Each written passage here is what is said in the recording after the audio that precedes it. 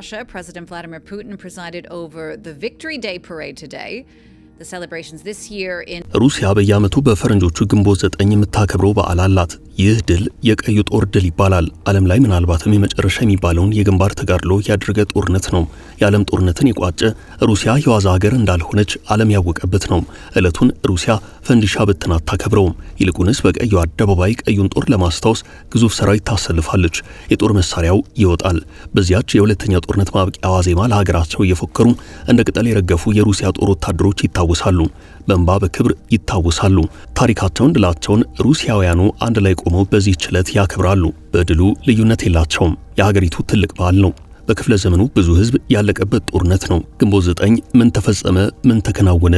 ታሪክን የኋሊት በጥቂቱ እናስታውሳችኋለን።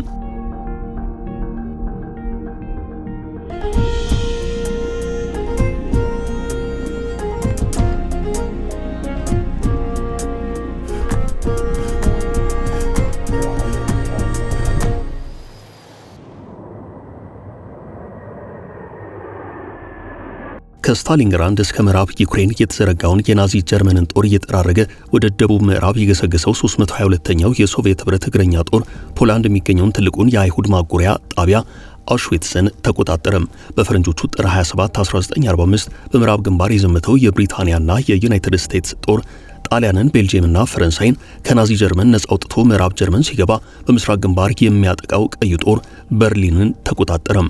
ቀዩ ጦር በዓለም ላይ ስሙ የገነነበት የታሪክ አጋጣሚ ነው። ቀዩ ጦር ቀይ ለባሹ ጦር ሞት ያልመለሰው እልቂት ከበባና በሽታ ያልበገረው ጦር ዓለምን ስለመቆጣጠሩ የነበረውን ግዙፉን የናዚ ጦር የበላው ቀዩ ጦር በርሊንን ተቆጣጠረም። ዘመኑ ደግሞ በፈረንጆቹ አቆጣጠር በ1945 ነው። ከዚህ ድል በፊት ጥቂት ወራትን ወደ ኋላ መለስ እንበል። ግዙፉ የናዚ ጦር እንደ ቅጠል ከመርገፉ በፊት እንዴት ወደ ሩሲያ እንደገሰገሰ እንመልከት።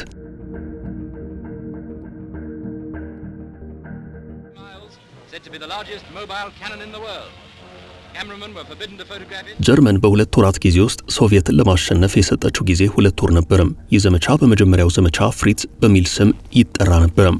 ኋላ ግን ሂትለር በአውሮፓ የጀርመንን የበላይነት ለማንገስ ይፈልግ በነበረው በሮማውያን ንጉስ ፍሬድሪክ ባርባሮስ ስም ዘመቻውን ቀይሮታል።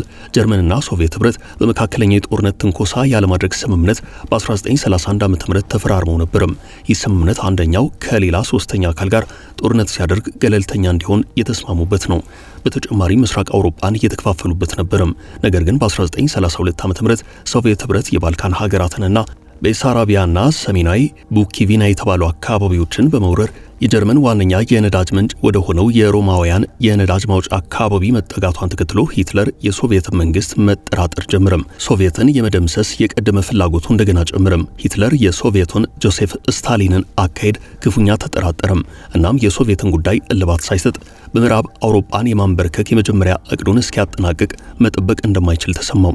እናም ሂትለር በሙሉ አቅሙ ሶቪየቶች ባልተዘጋጁበትና ባልጠበቁበት ሁናቴ ዘመቻ ባርባሮሳን ሲጀምር ስምምነቱ ተጣሰም። በሶቪየት ላይ ለሚደረገው ዘመቻ ጀርመኖች ከ3 ሚሊዮን ያላነሰ ሰራዊት ያላቸው ወደ 150 ክፍለ ጦሮች አዘጋጅተው ነበርም። ከነዚህ መካከል 19ኙ የጀርመን ብረት ለበስ ክፍለ ጦሮች የነበሩ ሲሆን በድምሩ 3000 ታንኮች፣ 7000 ከባድ መሳሪያ ምድቦች፣ 2500 ተዋጊ ጄቶች ነበሩበት። ይህ በሰው ልጅ ታሪክ ውስጥ ትልቁና ኃይለኛው ወራሪ ኃይል ተብሎለታል። ጀርመኖች ለሶቪየት የሰጡት ግምት አናሳና የተሳሳተ ነበርም። አስፈሪው የጀርመን ሰራዊት ድንገት የጀመረው ወረራ ለሶቪየት ሰራዊት ዱብዳ ነበርም። በዚህ ፈጣን ወረራ መጀመሪያ ላይ የጀርመን ግዙፍ ሰራዊት የቀዩን ሰራዊት እያሳደደ በርካታ ከተሞችን ተቆጣጠረም። የሶቪየት ወታደሮች ፈጣን የነበረውን የጀርመን አስፈሪ ኃይል ለመቋቋም ስለተሳናቸው ለማፈግፈግ ተገደዱ። በሚሊዮኖች የሚቆጠሩ የሶቪየት ወታደሮች በጀርመኖች ተማረኩ። በወቅቱ የጀርመንን ሰራዊት የሚቋቋመው ኃይል ያለ አይመስልም ነበርም። ሞስኮን በማያጠራጥር መልኩ እንደሚቆጣጠር ተማምኖ የሚገሰግሰው የጀርመን ጦር ክረምቱ ከመግባቱ በፊት ለማጠናቀቅ ዘመቻውን አጣደፈም። በተሻለ ዘመናዊ የጦር መሳሪያ ብልጫ በድል የሚጓዘው የሂትለር ሰራዊት ከሞስኮ 12 ኪሎ ሜትር ርቀት ላይ እስኪደርስ በብርታት እየተዋጋ ዘለቀም። ነገር ግን እንደታቀደው ሞስኮን በአጭር ጊዜ መቆጣጠር እቅዱ አስከፊው የሶቪየት ክረምት ከመግባቱ በፊት መቅደም አልቻለም። ሩሲያ ከሎንዶንና ዋሽንግተን ጋር ተጣምራ የጀርመኑን ጦር በመልሶ ማጥቃት ገጠመችው። ከብዙ እልቂት በኋላ ጀርመኖቹ ማመን ያቃታቸውን ሽንፈት ተጎነጩ። ይህ የሁለተኛው ዓለም ጦርነት ፍጻሜ ነበርም። ዓለም ከመጀመሪያው ሳትማር ባካሄደችውና ከ80 እስከ 100 ሚሊዮን ሕዝብ የረገፈበት ጦርነት ያበቃበት ጊዜ ነበርም። አውሮፓ አንገቱን የደፋበት የዓለም አስከፊ ጦርነቶች ሁሉ ምንጩና መነሻው አውሮፓ እንደሆነ ብዙዎች የደመደሙበት ታሪክ ነው። በእርግጥ የሩሲያው የቀዩ ጦር ድል የብቻው አልነበረም። በሁለተኛው የዓለም ጦርነት በአንድ ወገን የተሰለፉት ሀገራት የጋራ ድል እንጂ። የአውሽቪትስና ሞንቬትስ ማጎሪያ ማዕከልን የተቆጣጠረው የሩሲያ ቀዩ ሰራዊት 107ኛው እግረኛ ጦር አዛዥ ጄኔራል ቫስሌ ፔትሬንኮ ማጎሪያ ማዕከላት ውስጥ ያገኟቸውን 7800 እስረኞች በሕይወት ያሉ አጽሞች ነጻ አወጡ። አይሁዶቹን ነጻ ያወጡ ሩሲያውያን ናቸው። ሆኖም ዛሬ ላይ አይሁዶችና ሩሲያውያን ፍቅር በፍቅር የሚባሉ አይደሉም። ፑቲን እዚህ የማይጠቀስ ንግግር ስለ እነርሱ አድርገው ያውቃሉ። ቢሆንም ያኔ ቀድመው የደረሱላቸው ሩሲያውያን ነበሩ። መቼም የሁለተኛ ዓለም ጦርነት አሰቃቂ ግፍ የተፈጸመው በአይሁዶች ላይ ነበርም። ያን ታሪክ መልሶ ማስታወስ በራሱ እጅግ አሰቃቂ ነው። ዘራችን የበላይ ነው ያለው የጀርመን የፖለቲካ ኤሊት የፈጸመው እልቂት ዛሬም ድረስ ዓለምን እስከ ወዲያኛው የለወጠ ነው። የዛሬውን እስራኤል ፈጥሯል። እስራኤል የተፈጠረችው ያኔ ነው። ያኔ በሁለተኛ ዓለም ጦርነት ሜጃ አጥተው በየቦታው ያለቁት እስራኤላውያን ያኔ ሀገር ማግኘት አለብን ብለው ተነሱ። ዛሬ ያለችውን አስፈሪ እስራኤል መሰረቱ። የዚህ መሰረት የሆነው የሁለተኛው የዓለም ጦርነት ነው።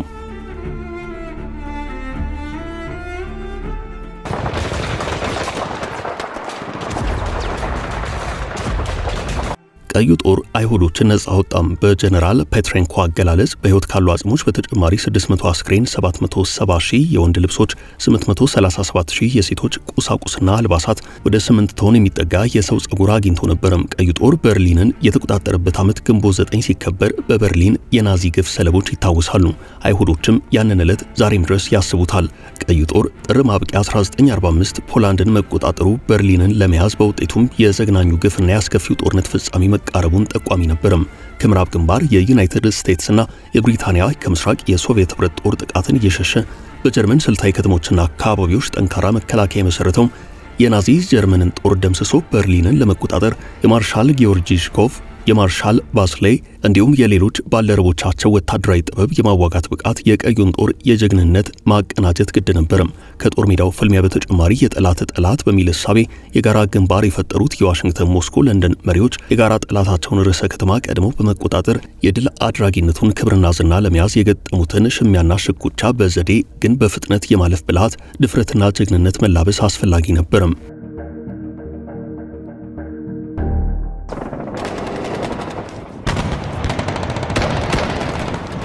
ጀነራል ዳዊት አይዘናወርና ፊልድ ማርሻል በርናርድ ሎ ሞንትጎመሪ በርሊን ላይ ጥቃት መክፈት የሚያስከፍለውን ከባድ መስዋዕትነት ሲያሰላስሉ ቀዩ ጦር የቪቱላ ኦርደር ጥቃት ያለውን እቅድ ነድፎ ከማይቀረው ፍልሚያ ተመሰገም።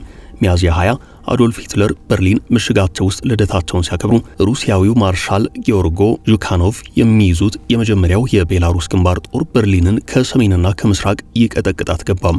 ማርሻል ኢቫን ኮኔቭ የሚያዙት የመጀመሪያው የዩክሬን ግንባር ጦር አካል ደግሞ ደቡባዊ በርሊንን ተቆጣጠረም። ቀዩ ጦር በሶስት አቅጣጫ ሰቅዞ የያዘው የጀርመን ጦር የሂትለርን ምሽግ ላለማስደፈር በርሊን ላይ ሲፋለም፣ ደቡብ ጀርመን ኑረምበርግና ሰሜን ጀርመን ሁበርግ ላይ ይከላከል የነበረው የጀርመን ጦር ሁለቱ ስልታዊ ከተሞች ለአሜሪካና ለብሪታንያ ጠላቶች አስረከበም። ሚያዝያ 30 ጨካኙ ሂትለር ራሳቸውን አጠፉ። ግንቦት 8 የሶቪየት ህብረት ቀዩ ጦር በርሊንን ተቆጣጠረም። የጀርመን ጦር አዛዦች እጃቸውን ሰጡ።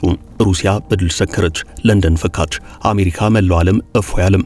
የጀርመን ጦር ዋና አዛዥ ጀነራል ዮዶና የጀርመን እጩ ርዕሰ ብሔር አድሚራል ዶኔትስ አውሮፓ ውስጥ የሚገኙ የጀርመን የምድር የባህርና የአየር ኃይል ያለምንም ቅድመ ሁናቴ ለተባባሪዎቹ ሀገራት ጦር እጅ መስጠታቸውን የሚያረጋግጠውን ሰነድ ፈረሙ። ውጊያው ግንቦት 8 እኩለ ሌሊት ማክሰኞ ዕለት አሰቃቂው ጦርነት ቆመም። ጦራቸው በርሊንን እንዲይዝ ጥብቅ ትዕዛዝ የሰጡት ጆሴፍ ስታሊን ድሉን ለማብሰር ከምዕራብ ተባባሪዎቻቸው ጋር መሻማት ወይም መሰለፉን አልፈለጉም። አዲሱ የዩናይትድ ስቴትስ ፕሬዚደንት ሃሪ ኤስ ትሩማን ግን ቀጠሉበት። ይህ የታላቅ ሕግ ቀን የድል ሰዓት ነው አሉ። ፍራንክሊን ዴላኖ ሩዝቬልት ይህን ቀን ለማየት ቢኖሩ ምኞቴ ነበር አሉ። Roosevelt had lived to see this day. ትሩማን ቀጠሉ። የጀርመን ኃይላት ለተባበሩት መንግስታት እጅ መስጠታቸውን ጀነራል አይዘናወር ነግረውኛል። የነጻነት ባንዲራዎች በመላው አውሮፓ እየተውለበለቡ ነው አሉ። ግንቦት 9 1945 ጆሴ ቪሳሪኖቪች ስታሊን ሞስኮን በድል አስጨነቋት። እንዲህ አሉ። ፋሺስት ጀርመን ለቀዩ ጦርና ለተባባሪዎቹ እጇን ሰጠች። ሽንፈቷን ተቀብላ ያለምንም ቅድመ ሁናቴ መማረኳን አምናለች። እጅ መስጠቷን የሚያረጋግጠውን ሰነድ የጦር አዛዦቿ ትናንት ግንቦት 8 ፈርመዋል አሉ። ሞስኮ ተደናገጠች። ከዚህ ዕለት ጀምሮ በየዓመቱ ሞስኮና ያቻ ደቡባዊዋ በድል ሰልፍ ይጨነቃሉ። አስከፊው ጦርነትና መዘዙ ከ70 እስከ 80 ሚሊዮን የሚገመት ሰው አልቆበታል። በጦርነቱ በቀጥታ የተገደለው ህዝብ 50 ሚሊዮን ይገመታል። ግማሽ ያሉ ማለት ከ23 ሚሊዮን የሚበልጠው የሶቪየት ህብረት ዜጋ ነው። ድል አድራጊዎቹ መንግስታት ግን ያለፈው እንዳይደገም ከመተባበር ይልቅ በጦርነት ፍጻሜ አውሮፓን ምስራቅና ምዕራብ ብለው በመክፈል ዓለምን በበላይነት ለመቆጣጠር ይሻኩቱ ገቡም። ከቻይና እስከ ኮሪያ ልሳነ ምድር፣ ከአፍሪካ እስከ መካከለኛው ምስራቅ፣ ከቪየትናም እስከ አፍጋኒስታን፣ ከደቡብ አሜሪካ እስከ ላኦስ በቀጥታም በተዘዋዋሪም የዓለምን ሰላም ሲያተራምሱ ሚሊዮኖችን አስፈጁም። በ1989 የበርሊን ግንብ መደርመሱ በውጤቱም የኮሚኒስቱ ጎራ መፍረሱ ለዓለም ሰላም ሌላ ተስፋ ነበረም። ከተስፋ ግን ያለፈ ነገር የለም። ከኢራቅ እስከ ሶማሊያ፣ ከኮንጎ እስከ አፍጋኒስታን፣ ከሶሪያ እስከ ሩዋንዳ፣ ከቀድሞዋ ዩጎዝላቪያ እስከ ሊቢያ፣ ከእስራኤል ፍልስጤም እስከ የመን በሀገራችንም ሚሊዮኖች ያለቁት ከቀዝቃዛው ጦርነት ፍጻሜ በኋላ ነው። ዛሬም ዓለም ከታሪኩ አልተማረችም። አበቃን። መልካም ጊዜ ተመኘን።